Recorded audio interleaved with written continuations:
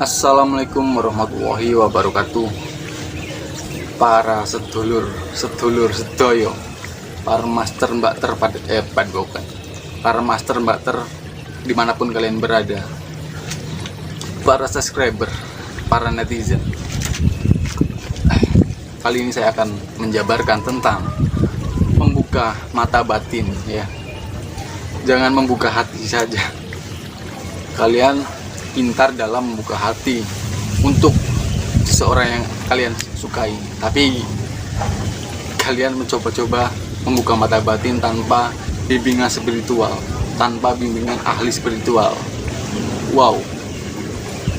Baik. Resiko membuka mata batin menurut pandangan Islam. Membuka mata batin atau yang sering kita sebut dengan indera keenam itu banyak yang mengatakan sebagai hal yang sangat membahayakan, apalagi kalau tujuannya tidak jelas atau hanya main-main saja, ya. Membuka mata batin ini jangan Anda gunakan untuk main-main ataupun sekedar iseng-iseng.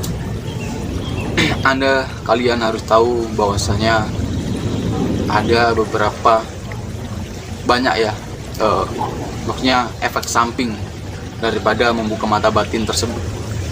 Ditambah lagi jika Anda lemah iman, ya, ataupun kurang beriman, mohon maaf, ya. Saya sendiri memang tidak menyarankan jika Anda asal mengamalkan amalan-amalan yang beredar di internet untuk membuka mata batin, apalagi jika tanpa bimbingan ataupun tanpa bimbingan dari ahli spiritual. Saya tidak mengizinkan, ya. Berdasarkan banyak kasus di mana yang terjadi, terutama sering terjadi pada anak remaja yang sedang mencari jati dirinya, ya, dan diselimuti rasa penasaran yang sangat tinggi. Mereka tidak berpikir matang-matang untuk melakukan amalan-amalan tertentu yang bahkan mereka dapatkan dari sumber yang tidak jelas ataupun tidak dikenal. Maka hal-hal seperti inilah yang berbahaya untuk mereka sendiri. Nah, lantas seperti apa sih bahayanya membuka mata batin? Jika Anda nekat membuka mata batin Anda sendiri tanpa bimbingan dari sang ahli spiritual.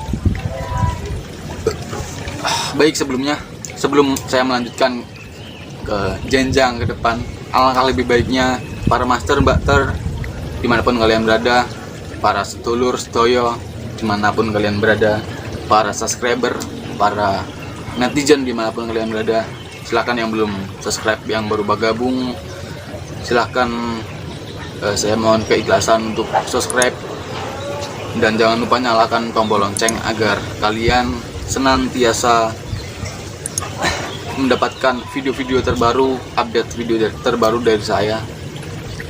Terima kasih yang sudah subscribe, ya. Lanjut. Baik, meningkatkan kepekaan batin ataupun bahkan membangkitkan mata batin sebenarnya tidak berbahaya jika dilakukan dengan benar dan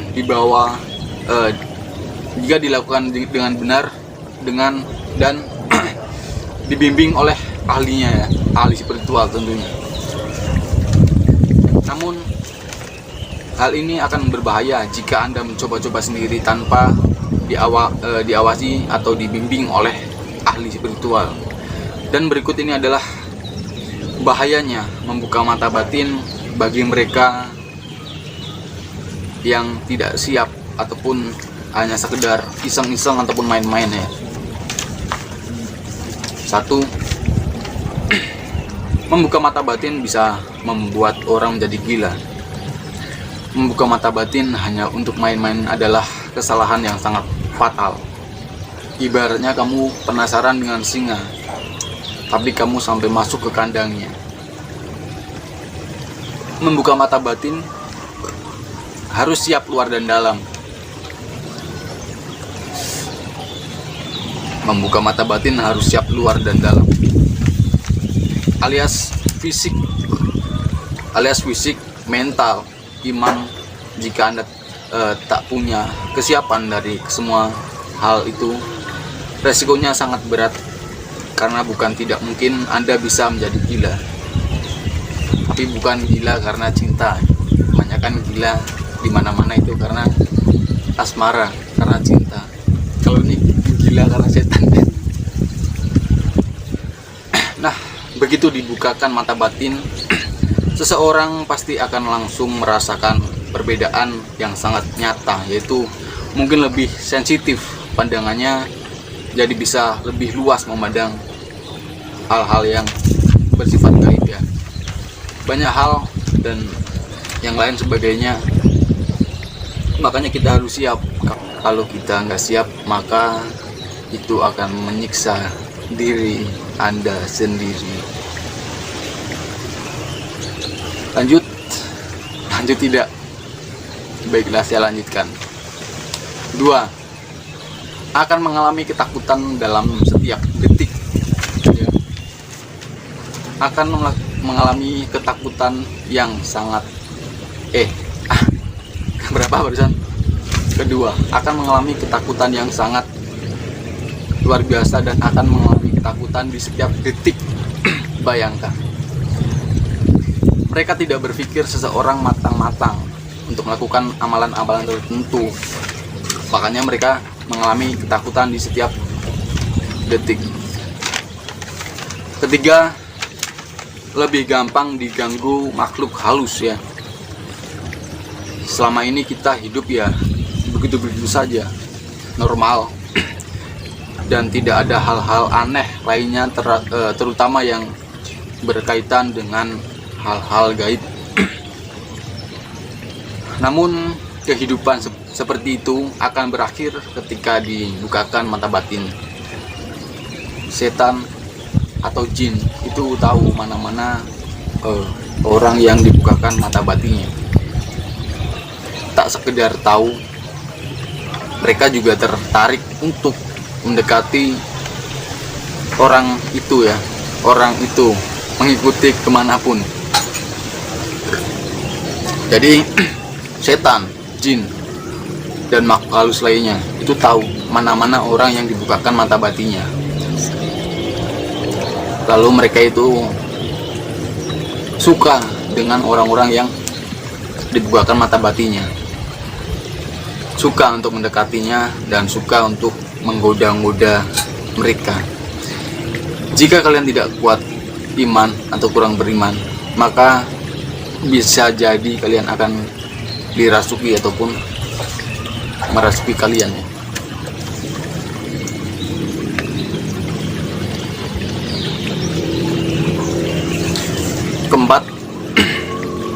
Keempat adalah lebih gampang dirasuki oleh makhluk halus. Memang seperti ini efek sampingnya. Jadi jangan coba-coba jika kalian belum siap, ataupun jangan coba-coba jika kalian hanya sekedar main-main saja. Membuka mata batin itu seperti kita membuka tirai ruangan ataupun tirai ruangan yang jaraknya jauh. Buka satu berjatuh itu ibaratnya seperti membuka tirai. Kita bisa melihat setan, jin yang tak kasat mata ataupun yang tentang goib ya.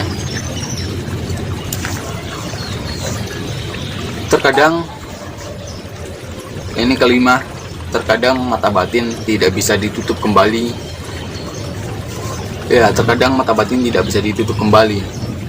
Mata batin memang seperti sebuah ruangan, bisa dibuka dan ditutup, tapi ada banyak kasus tapi malahan tidak bisa ditutup kembali. Tapi banyak kasus juga yang ada orang tidak mau membuka mata batin tapi tidak bisa dibuka ya. Ada juga yang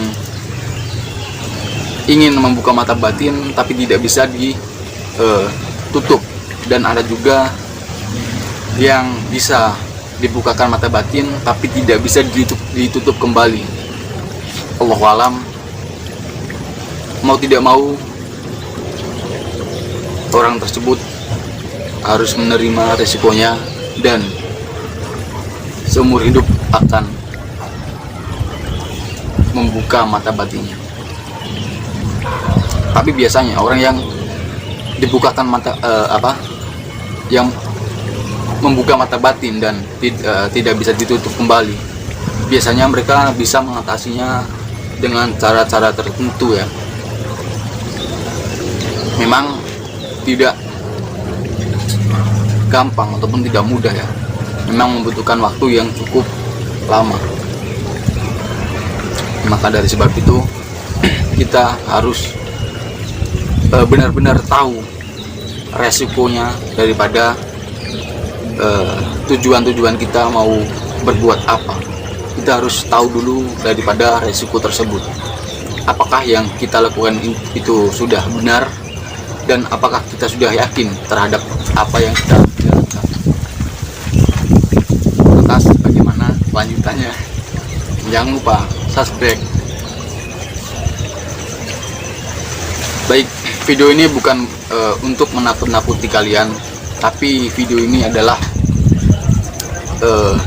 bentuk untuk menyadarkan kalian bahwasanya kalian harus melihat resiko sesuatu apa yang kalian kerjakan ya. Jika kalian mengerjakan sesuatu, jika resikonya tidak terlalu ya, jika Anda menjalankan suatu perjalanan dengan benar dan resikonya tidak begitu, dan resikonya kalian tahu ya. Intinya video ini adalah untuk apa ya, menyadarkan kalian lah. Jadi jangan mudah tertipu daripada omongan-omongan orang-orang yang tidak jelas. Baik, saya beberapa hari ini memang jarang upload video ya, karena ada sebuah problematika, sebuah sebuah perjalanan di mana saya harus berjalan di atas api. Nah, setelah saya sampai di puncak adalah lautan ya, Laut Kidul, dan saya akan dijemput oleh Bunda Ratu Kidul, yaitu Nyi Roro Kidul.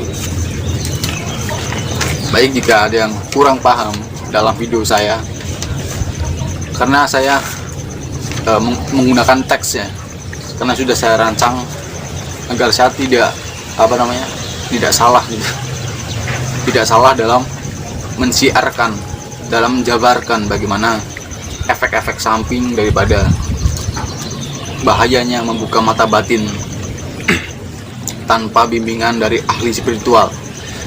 Tapi video ini bukan untuk menakut-nakuti kalian, hanya saja saya sedang anggaplah video ini hanya untuk menyadarkan kalian bahwasanya agar kalian bisa menyimak ataupun bisa mengambil suatu langkah perjalanan atau sesuatu amalan itu dengan bijak dan benar. Dan ketahuilah dulu apakah amalan-amalan yang kalian dapatkan dari sumber yang jelas atau tidak. Banyak di akhir zaman, banyak yang menguasai keilmuan, bangga memakai gelar tapi hina akhlaknya. Banyak yang menguasai keilmuan tapi tidak tahu cara mengamalkannya. Makanya dari itu kita semua harus belajar untuk menjadi lebih baik daripada yang lainnya, ataupun daripada mulai sekarang kita harus belajar untuk menjadi lebih baik dan untuk berguna untuk yang lainnya, untuk umat, untuk nusa dan bangsa ya. Semoga kalian paham, dan apabila yang kurang paham silahkan hubungi nomor saya, bisa konsultasi ataupun ada yang perlu ditanyakan, nomornya ada di bawah sini. Baik, saya mohon maaf apabila video ini kurang menarik dalam bertayang ya, karena hidup ini tidak perlu bermewah, sederhana saja kita sudah bahagia.